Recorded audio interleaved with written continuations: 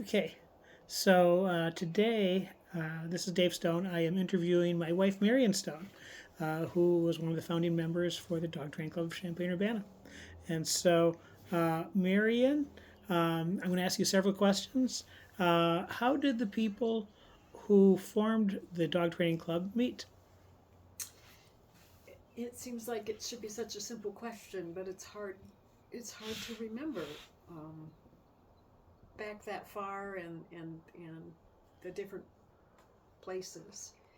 Um, I was just background. I graduated from high school in 1973, and at when I graduated, I had a German Shepherd that um, I put a CD on my senior year in high school. And to get the CD, I had been going. I started training in 4-H, but then I started continuing training with Decatur Obedience Training Club because that was the only um, place around here where you could get um, obedience training for competition. And so I remember seeing Robin and Jim there. I never talked to them, but they would come in with their Malamutes. They were training there at the time. Um, and the shepherd that I had, I wanted to show a little bit in confirmation, and somehow, and I don't know how, I met Pat and Larry Brown. They were members. There was a group of people trying to get a German Shepherd dog club started in central Illinois. And Pat and Larry Brown were part of that. Joan Tepper, um, Bill Collins and his wife in Farmer City, Dan Ferguson, Stan and Jan Bankston, Pye Coleman, maybe Dwayne, I think, was also a member, Dwayne Walton. And so there was that. I was introduced to that group of people because of my German Shepherd and getting the CD on her and wanting to show German Shepherds in confirmation. Um, that group housed a huge number of the people that ended up helping to start the Dog Training Club of Champaign-Urbana, and I think I'm not quite sure how others who weren't part of the German Shepherd Dog Club became aware of the conversations about starting an obedience club. So my recollection is that it was a lot of the members of the German Shepherd Dog Club, um, and Robin and Jim and Dode had common people that they knew.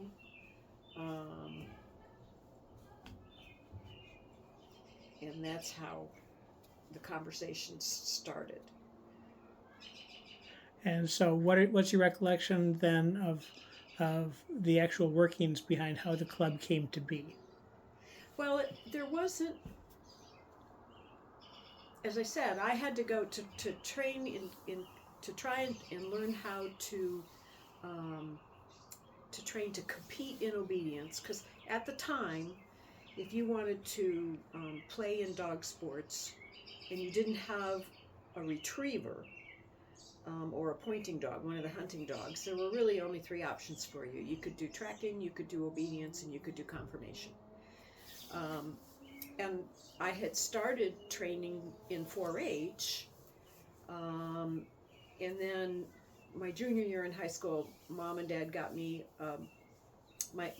my the dog that I started training in 4-H was 7 years old when I started, and I was 12. So she was I can't remember if she died.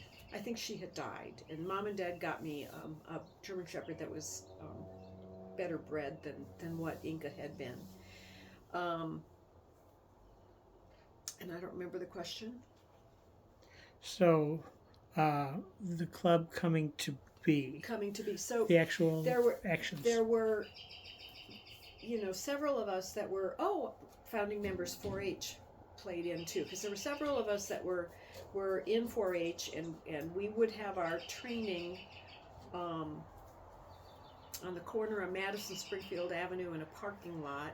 It was taught by a captain from the Air Force, and Jackie Walker, a founding member, and Susan Hettinger Latter, another founding member, and I were all in the 4-H classes.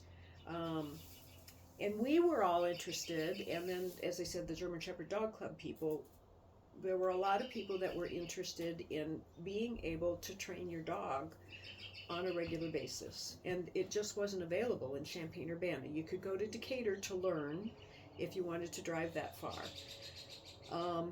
Locally, there was Doris Revere's obedience classes, but they were only held in the summer, because she had no indoor location, so they were only held in the summer outdoors. And she focused on pet obedience training, so a home companion kind of thing, sub-novice, but didn't go beyond that. And so if you wanted to actually compete, which I did, and as I said, several other people were interested in competing, you could manage within Champaign-Urbana to get enough training to be able to do novice.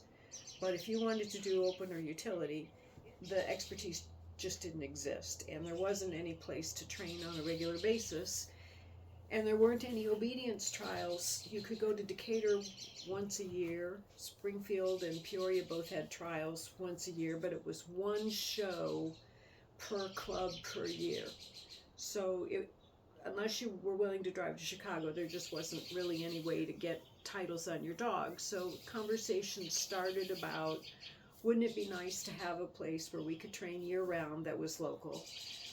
Wouldn't it be nice if it were a club so that we could do it a little bit cheaper? Because going to Decatur or going to Doris Revere all the time, you were paying full price because you weren't a member, and Doris was doing it in part to help support her dog showing habit. So, people wanted to train year-round. They wanted to be able to train a little bit cheaper. They wanted to be able to have an obedience trial, another obedience trial locally. So that was kind of the impetus for the idea that a club would help all of us reach those goals. Okay. So what are some of your favorite things about the dog training club? It's always been about the people and the camaraderie. We had it was social.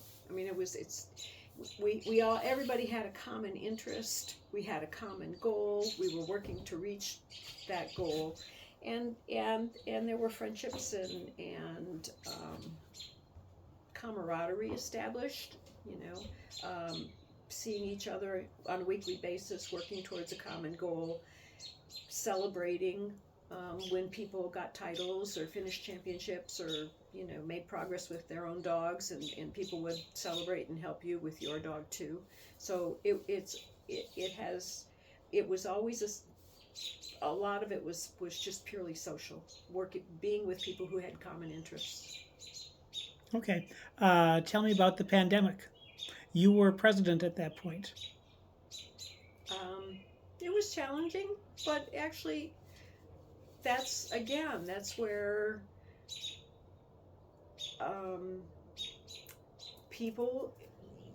the club members exhibited the same kind of things that I've seen through the 50 years of being a club member, which is, okay, there's this thing, we can't control it, we can't stop it, we just have to figure out how we work together to get through it. And basically that's what people did. I thought it was a time when everybody, maybe we all didn't agree on information coming down on how to live and deal with the pandemic. I think there were differing opinions, but everybody was willing to sort of talk, and everyone was civil, and we all worked to just get through it and play with our dogs. Okay, good.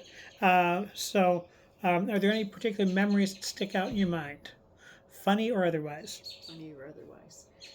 Um, I can't think of a particular memory. I think of a lot of a lot of the memories from the very first were of moving equipment. So I think others have mentioned, we didn't have a permanent location for a long, long time, and we didn't have a place to store the stuff that we used for training classes. In sometimes we had a place to store stuff, and sometimes we didn't, and so every week when you wanted to have class, we would get there ahead of time early enough to either get the stuff out of a closet and roll out tar paper. Initially, that was what we had, tar paper, rolls of paper that we rolled out over the floor so the dogs would have a little bit more traction than working on linoleum. Then we did graduate to some lighter weight mats, and you'd have to get the jumps out. We only had one ring, so that wasn't a problem wherever we happened to be having classes. And then at the end of the night, you had to sweep and clean up and roll everything up and put it away. And that moving of equipment continued for, if we were giving dog demonstrations. It used to be in Champaign-Urbana that lots of people wanted the dog club to give dog demonstrations. And so we would go to Marketplace Mall and be in that center area once or twice a year. We would have demos. We would have sled dogs with Robin and Jim would bring dogs on a cart. We would have Maureen McCord did a drafting demo. We would do obedience demos. We did flyball demos. We gave demonstrations at Lincoln Square. We gave demonstrations at Vet Med Open House. We gave demonstrations at various schools and parks. And that all involved bringing whatever equipment was needed for the demonstrations and packing it up, unloading it, rolling it out, setting it up, repacking it up to bring it back. Then we started with obedience trials, and we weren't in the building, so we were doing the same thing where our obedience trials were held, getting the mats there, getting the jumps there, getting the ring barriers there. We did the same thing with agility equipment, whether we were going to Kennecott or Crystal Lake Park or at the dog club. So it's always been, this weekend it's going to be, moving stuff out of the building, setting up the building. It's always a lot of part of the club is moving equipment to various venues. Okay. And that takes a lot of people. Is there anything that I've missed that you'd like to mention? I think I keep thinking about how young we were. And maybe that's one reason we had so much energy and ability to do things. I was 21 in 1976. My mother, who's a founding member, would have been 43. She would have been considered one of the old people. So I think Dode must have been maybe in her early 50s. Pat and Larry Brown would have been in their 30s. Robin, Jim, Dwayne, Fred Bloom, Maggie and Bruce, all would have been in their 20s. We were so young. And it's a little different now where the 20-year-olds are not as common, but that was the bulk of the people that were in the dog training club. We were in our 20s and our very early 30s, the bulk of us. Okay. Alrighty. Thank you very much.